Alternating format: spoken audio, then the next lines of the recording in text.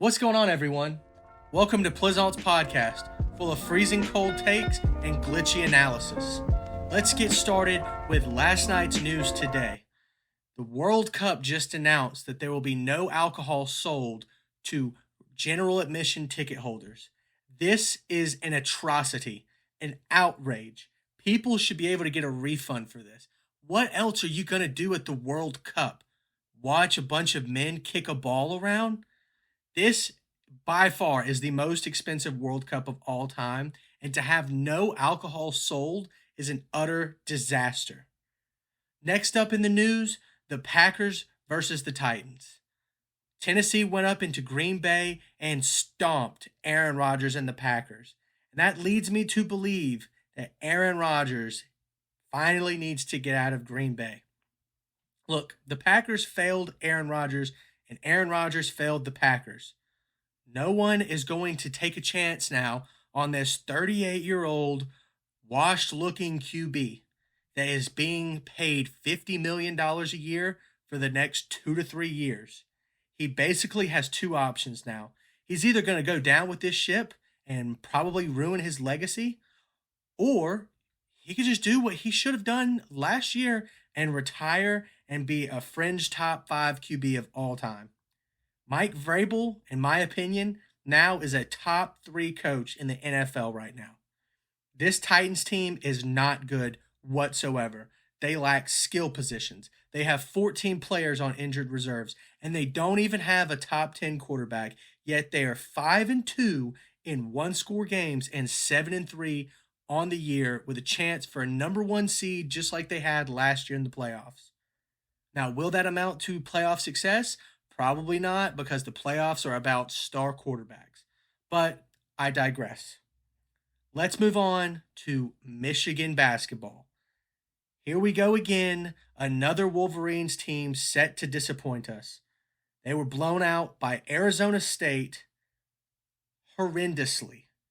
This Arizona State team is not even projected to be much better than their 14-17 record from last year. Michigan shot 18% from 3, 34% from the field, and 66% from the free throw line. That is putrid. Michigan's quote-unquote star, Hunter Dickinson, he had an okay night. He had 14-5, but the rest of the team was horrendous. Arizona State absolutely handled both sides of the ball and shot 60% from the field and 57% from 3. Juwan Howard has got to get his team together because this is just not amounting to anything but more and more disappointment for Michigan basketball fans. Now let's segue into the greatest part of Plizont's podcast. It's my locks of the day. I have some bangers for you guys. To start off, we're going to Bedlam, baby. It's Oklahoma State plus 7.5 versus those trash Oklahoma Sooners. Spencer Sanders is back. Oklahoma has been in shambles all year long, and Oklahoma State is still playing for a shot at a Big 12 title game. Oklahoma, on the other hand, is playing to get embarrassed with a Gator Bowl bid in Plant City, Florida, for God's sakes. This, to me, is a lock. Get it in, punch it in, get the ticket, cash out. Next up, LSU minus 15.5. I can't even believe I'm having to say this. Does no one else see what I'm seeing? They're playing UAB at home. LSU's averaging 37 points per game at home.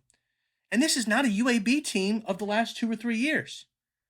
They're 0-4 on the road, and do we really think they're going to come in and beat the LSU Tigers, who, yes, only scored 13 points in a freezing cold game at Fayetteville, Arkansas last week, but are coming off 3 wins versus Alabama, Ole Miss, and Florida in the swamp? Come on. 15.5? That's ridiculous. Slam that home. Now we're going to move into a much lighter subject. We're going to talk about fantasy football. Okay? So we're going to, kind of glide into this with a staying steady Najee Harris.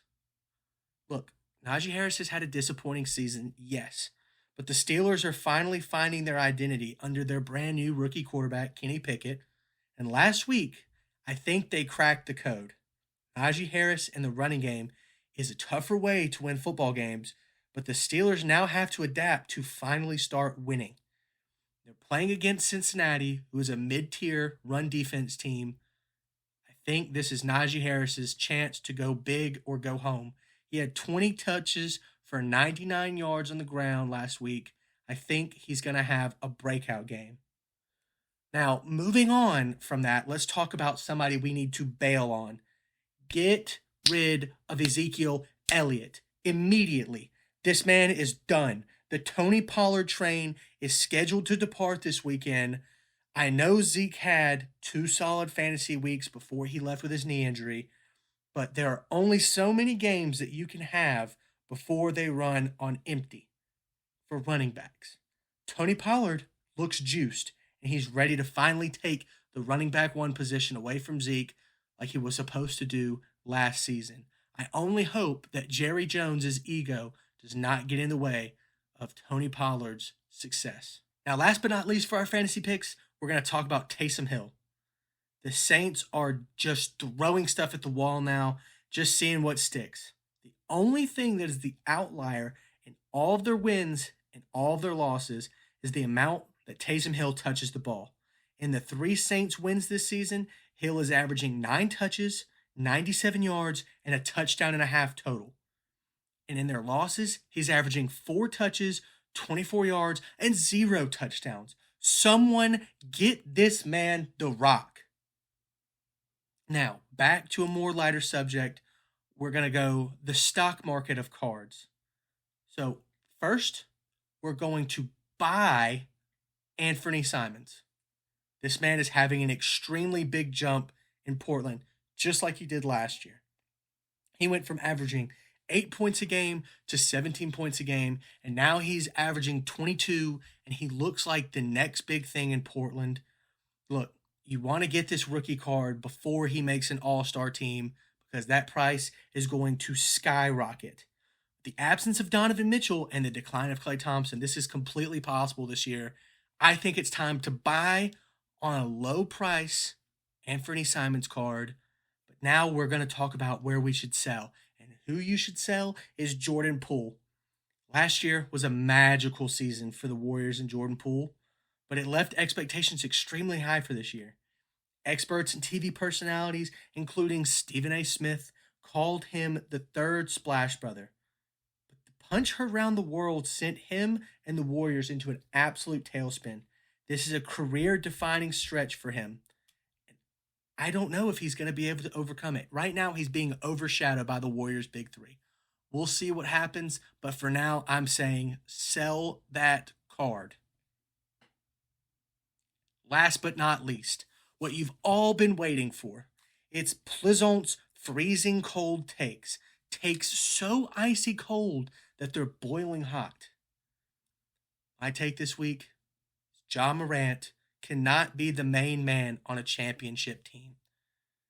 Ja's playing the best ball of his life, honestly. And he's one of my favorite players in the league, and he's also one of my favorite personalities in the NBA right now. We have not seen someone with Ja Morant's play style or skill set have a long enough injury-free career to maintain sustained success, enough to grow into a playoff championship caliber team. The injury bug is a tough one to dodge. I mean, Ja Morant couldn't even dodge it last year in the Grizzlies versus Warriors series, and that's really why the Grizzlies ended up losing in 6 games. Hyper-athletic point guards for decades have pushed their bodies to their limits, and they've ran out of steam way too fast. Here's just a short list. You've got Derrick Rose, Penny Hardaway, Russell Westbrook, John Wall, all who have dealt with serious injuries that have hindered them in some shape, way, or form in terms of their athleticism, also continuing to hinder them from pushing their teams towards further playoff and championship contention. Just like all these players, without that juice post-injury, they're not leaders of championship team. Ja really needs to win now with the Grizzlies before it's too late. And that's going to do it for Plizont's podcast, a podcast full of freezing cold takes and glitchy analysis. Thanks for tuning in, and we'll see you next week.